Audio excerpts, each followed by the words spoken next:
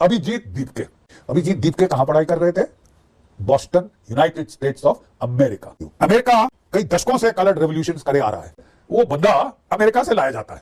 हम चाहते हैं कि तुम बनो प्रधानमंत्री, प्रेसिडेंट, इलेक्शन की क्या जरूरत है? ये बकवास है। इसलिए अमेरिका को सिलेक्ट करने पड़ते हैं लीडर और बिठाने पड़ते हैं जो हमारे बाप का राज करे, हमारे तलवे चाटे। अब वो जो है गुंडे एलिमेंट लाते हैं, लठैत लाते हैं, मर्डरर, रेपिस्ट, जेल के हिस्ट्री शीटर लाते हैं जो पुलिस के दांत मुंह नाथ। बड़ा भारी बट है यहां पे।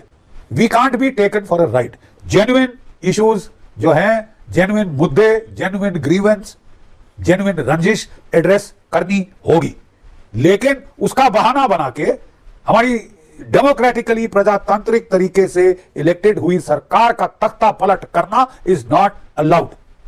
और मैं यहां कुछ बातें बताना चाहता हूं आपको। I want to share something with you. America कई दशकों से कलर्ड रेवोल्यूशंस करे आ रहा है। ये शुरू हुई थी अरब स्प्रिंग में, अल्जीरिया, तुनीसिया, इजिप्ट वगैरह में। खलास हो गए वो जो भी आए थे वहां के स्टूडेंट, वो बेचारा आज उनका नामो निशान हमने नहीं देखा। बाकी वही सरकारें आ गई हैं वहां पे, ठीक है। लेकिन ये अमेरिका ने कलर्ड रेवोल्यूशन कराई थी, तख्ते पलट कराए थे और करते आ रहे हैं। हमने श्रीलंका में तख्ता पलट होते देखा, हमने बांग्लादेश में तख्ता पलट होते देखा, हमने नेपाल में तख्ता पलट होते देखा, और हमें कुछ चीजें समझ आ गई। और अगर नहीं समझ आई तो हमारे लिए बड़ा भारी खतरा है, ठीक है साहब।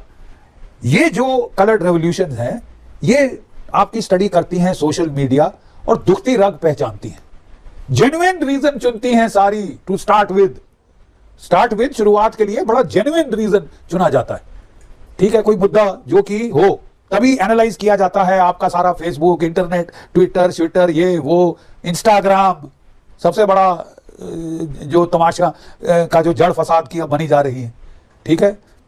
ईरान में भी यही तख्ता पलट की कोशिश की गई, उन्होंने वही बंद कर दिया इंटरनेट। और फिर जो है वो वहां से स्टारलिंक के 50,000 टर्मिनल्स लाए थे, मोसाद ने भेजे थे, उन्होंने रूसियों ने, चीनियों ने जैम कर दिए ताकि ये आग इंटरनेट पे फैल ना सके। हमने देखा कि ये इंस्टाग्राम में आग की तरह फैल रहा है। Instagram can always be boosted, Meta company America की है बाय द वे। तो ये स्टार्ट होता है साहब एक जेन्युइन रीजन से, ठीक है साहब। और नॉर्मली जो स्टार्टिंग पॉइंट वाला होता है वो बंदा अमेरिका से लाया जाता है। Let me explain. बांग्लादेश में स्टूडेंट्स ने उपद्रव किया कि साहब मुक्ति जोधास को इतने 30% रिजर्वेशन क्यों दी जा रही है, हमारी नौकरियां जा रही हैं। सरकार ने घटा के 5% कर दी, सुप्रीम कोर्ट ने रोक लगा दी, तो वो सरकार जा रही थी कि ये दे दो साहब, दे दो, ये घटा दो 5%। बट एजिटेशन शुरू हो गई, हमारी नौकरियां छिन रही। एजिटेशन शुरू हुई तो वॉशिंगटन से मोहम्मद यूनुस को पैराशूट किया गया ढाका। मोहम्मद यूनुस तो एहतजाज खत्म होने के बाद आया था। हसीना वाजिद लैंड कर चुकी थी इंडिया में, तुम उसे अपना मेहमान बना चुके थे। उसके बाद मोहम्मद यूनुस आया था कई रोज बाद। वो भी स्टूडेंट्स ने कहा था कि हमें कोई ऐसा लीडर चाहिए जिस पर सबका इत्तेफाक हो। तब मोहम्मद यूनुस को अमेरिका से बुलाया गया था और ये भाग कर गया हुआ था शेख हसीना की एलिगेशंस और मुजालिम की वजह से कि तुम चार्ज लो, हम चाहते हैं कि तुम बनो प्रधानमंत्री, प्रेसिडेंट, इलेक्शन की क्या जरूरत है? ये बकवास है। ये अश्वेत लोग, थर्ड वर्ल्ड के लोग ये सेलेक्ट नहीं कर पाते, इसलिए अमेरिका को सिलेक्ट करने पड़ते हैं लीडर और बिठाने पड़ते हैं जो हमारे बाप का राज करे, हमारे तलवे चाटे।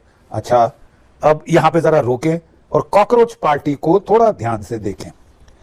कौन है इसके फाउंडर, कौन सज्जन इसके संस्थापक हैं? अभिजीत दीपके कहां पढ़ाई कर रहे थे? Boston, United states of America. वहां रहकर उन्होंने नेट पे कॉकरोच जनता पार्टी फॉर्म करी। स्टेप 1। स्टेप 2, वो वहां से जहाज पकड़ के भारतवर्ष आए और कॉकरोच जनता पार्टी का चार्ज ले लिया। और फिर उन्होंने एक नए काम किया कि ये नीट पेपर लीकेज के ऊपर जो मामला था उसको उछाला, उसके लिए एजिटेशन शुरू करी। और जो बच्चे आघात थे इस पेपर लीक से, कईयों ने सुसाइड वगैरह की थी, वो सब इसके साथ शामिल हुए, माँ बाप शामिल हुए।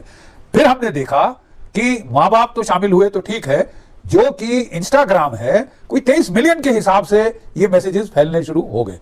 और तब ये घंटी खड़की कि साहब प्रॉब्लम जरूर है, कुछ दाल में काला जरूर है साहब। फेज 1 में यह होता है कि जेन्युइन मुद्दा पकड़ा जाता है, सड़कों पे लोगों को लाया जाता है। प्लेबुक का फेज 2 बड़ा इंटरेस्टिंग है।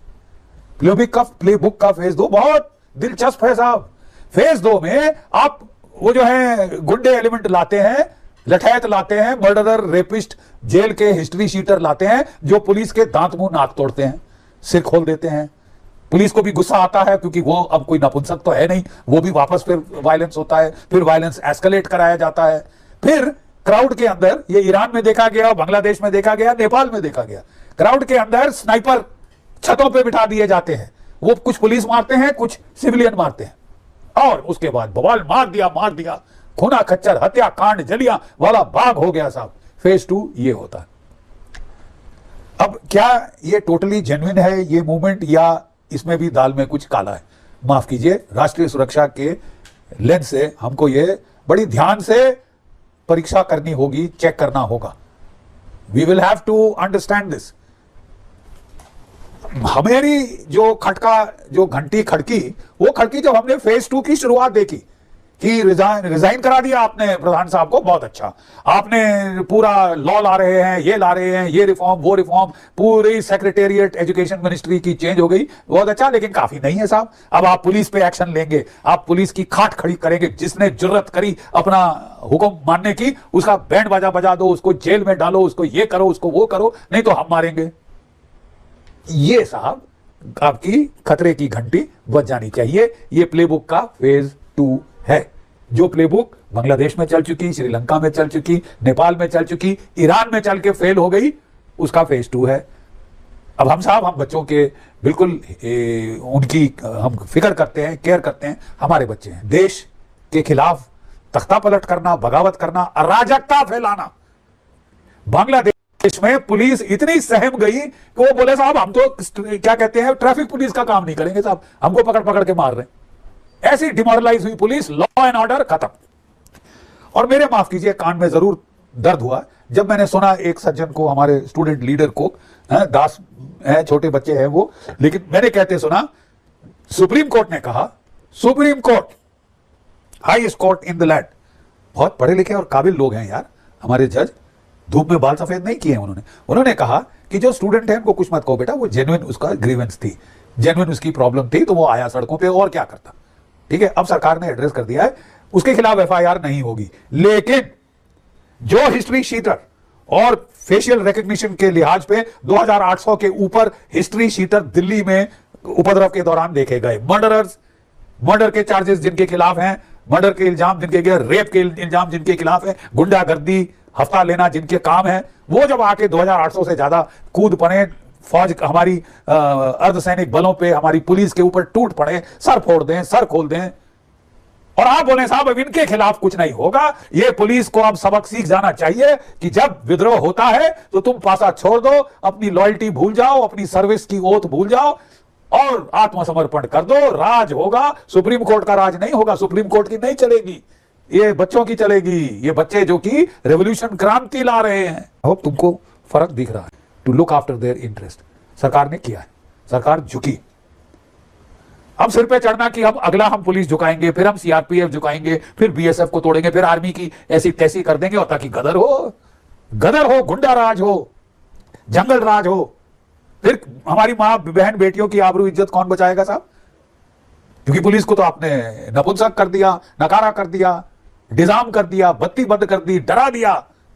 आप सुप्रीम कोर्ट के ऊपर हो गए, पार्लियामेंट के ऊपर तो आप पहले ही कर लिया था कि हम तो साहब पार्लियामेंट पे हमला करके तोड़फोड़ देंगे, पार्लियामेंट मिलियम मेट कर देंगे। नहीं बनी है, काफी पैसा खर्चा हुआ है, तो आप अब अगला सुप्रीम कोर्ट पे जाएंगे। I am sorry, before you do that somebody will have to tell you, बेटा वॉच इट, इस्तेमाल मत हो अपने ही देश के बरखिलाफ।